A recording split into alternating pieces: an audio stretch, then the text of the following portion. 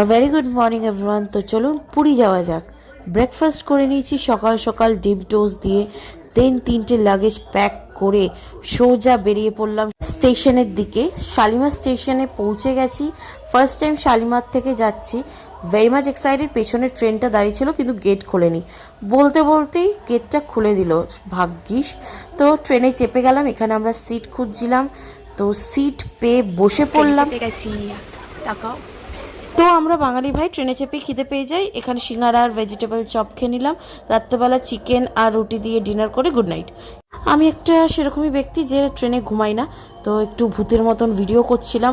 সবাই ঘুমাচ্ছিল আর আমি এখানে পায়তারা মারছিলাম। তো যাই হোক, তো এই স্টেশনটাতে কেউ নেই, লিটারালি কেউ ছিল না, খুব ভয় লাগছিল। পুরী স্টেশনে পৌঁছে গেছে। বড় ভিডিওটা আপলোড আছে, দেখে নেবেন। Bye bye.